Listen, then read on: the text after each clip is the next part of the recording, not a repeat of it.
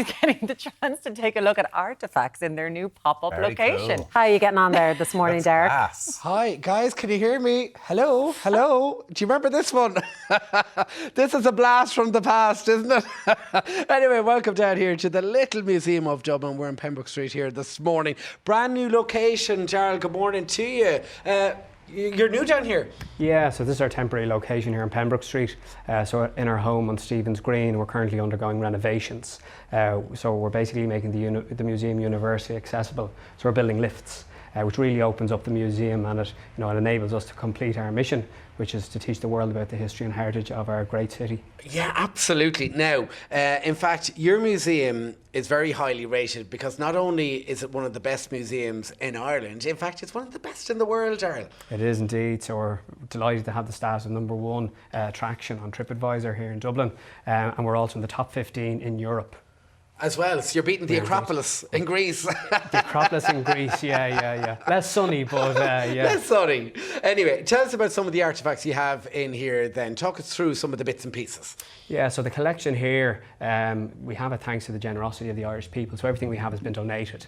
And so they cover big artefacts, historical documents, things like Eamon de Valera's accreditation letter for the Dáil plenipotentiaries from 1921, and then more mundane things like old groceries, things like old bottles of Black Tower and Blue Nun. So it's a great sweeping collection of the mundane and the magical. So it's a privilege to work here. And what I love about this museum, in fact, and you mentioned it there, is that all the artefacts are donated by Dubliners. By Dubliners, by people around Ireland. So we're actually looking for donations at the moment, Derek. So if any of your wonderful viewers are watching this and they have something, it could be something quirky like Countess Markovich's toothbrush, or indeed, a collection of medals or something like that. Anything that kind of speaks to the experience of living on this island, but particularly here in Dublin. For example, we have a fellow from Tipperary who recently contacted us, and he had the original cast iron sign of the Coombe Hospital down from Meath Street. Yeah, it's incredible. So you never know what's in your shed, what's in your attic. So we're always delighted to hear from people. So it's almost like living history in the making, really. It is, and sometimes, it's actually the stories behind the artefacts. Like that gentleman from Tipperary, his company had actually redone the signage down in Dolphin's Barn for the hospital in the early 90s. And that sign, the old Coombe Hospital sign, was destined for the skip. And he rescued it, and it was in a shed for 30 years. Yeah. So it's those stories that are sometimes as interesting or more interesting than indeed the objects themselves. All right, we'll come back to you in a little bit because we're going to pop over here to Claire. Good morning to you, Claire. Good morning, Derek. How are you? Claire, you're the education officer here. I am indeed. We run this programme called the I Love Dublin Children's Education Programme. It's a free experience for school children across Ireland. And the kind of theory behind it is that we want to sort of foster a sense of pride in the city, curiosity about the past, because I think if you can understand the past, you're better able to understand the present. It's never been more important to celebrate those values. When we move back to our old home on Stephen's Green, we're going to be relaunching that programme. So we encourage any schools across the country to get in touch, and we'll give you some more information on that. We're going to have an exciting new permanent exhibition about the animals of Dublin as well, which is very exciting. And so there'll be loads of wild and wonderful things for young people to explore there. And I mean, there's so much here. And I mean, you go back to the 1920s, back to the 1930s, right up to the present day, Claire. Yes, that's true. One of the things I really enjoy about seeing young families or families come into the museum is, a young person might see their mother pick up the Millennium milk bottle and start, reminiscing about the 80s or Italia 90, and suddenly the daughter's like, oh, can you tell me more about that? And it does sort of provoke conversations, empathy, nostalgia, all of those lovely things. I was going to say nostalgia is the word I do. I think that's our key ingredient. Yeah. And of course, many people would know your face because you play. Oh, well, I have appeared on Fair City before, yes, as solicitor Claire McSweeney, but this is my sort of main role, and I'm very privileged to play this role in the museum. It's something that I really, as a Dubliner as well, I feel really connected to. And as Darrell said, it's a real privilege to we meet people every day from all over the world, but also locals, and welcome our diverse community and sort of celebrate that as well as the city changes and grows. Okay. So yeah. Thank you so much, Claire. Right, we're going to go back to you, Darren, and we're going to finish off. We've 4 little items here. Talk us through them. Yeah, so that medal there, that is the first medal awarded under the State Bravery Act of 1947. It was awarded to a docker called Bill Deans, and he had saved 3 sailors from the hold of a ship.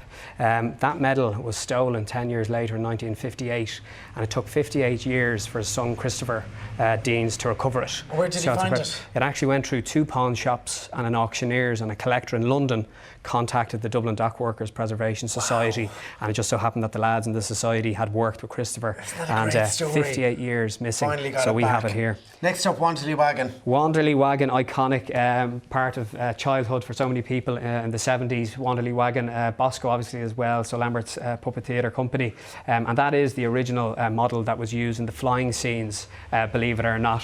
They're sort of delighted to have that. It's such an iconic piece of people's childhood experiences. Speaking of the Lambert Puppet Theatre, is that the original Bosco? It's one of them. So they have to have multiple Boscos for wear and tear. You can see he's been patched up there a couple of times. But that's the great, the iconic Bosco there. Yeah, and he's still around. He's in the landscape. And finally, we have this piece of rock in front of you there. What is it? That's not just any piece of rock, Derek. That is, in fact, the nose of Nelson, Admiral Nelson from Nelson's Pillar, which was blown up in 1966. That's his nose there. And how did you get hold of that? Well, it was donated to us, like everything that we have here, so that was given to us. I know it doesn't look like much, but I don't know, I was going to put it up to your nose there to see how it measured up, but no, I think that's an unusual shape, but that is a piece of his nose. Isn't the head amazing history it's incredible, to have in isn't your it, hand? just to have that. And the head actually, believe it or not, when it was recovered from the site, the Dubliners who were up there on the wall, they produced the head of Nelson's Pillar on stage during a live show in the Gay Theatre. So there's some great stories behind these objects, so and we're delighted to tell them, you know. All right, where can we find out more online? So on our website, www.littlemuseum.ie. Littlemuseum.ie, well worth a visit. And of course, Tommy Byrne, you're all wondering what's behind the curtain. We can't really pull it here this morning. Why not? That is a wonderful depiction of the great feminist icon Nell McCafferty, the full Nell.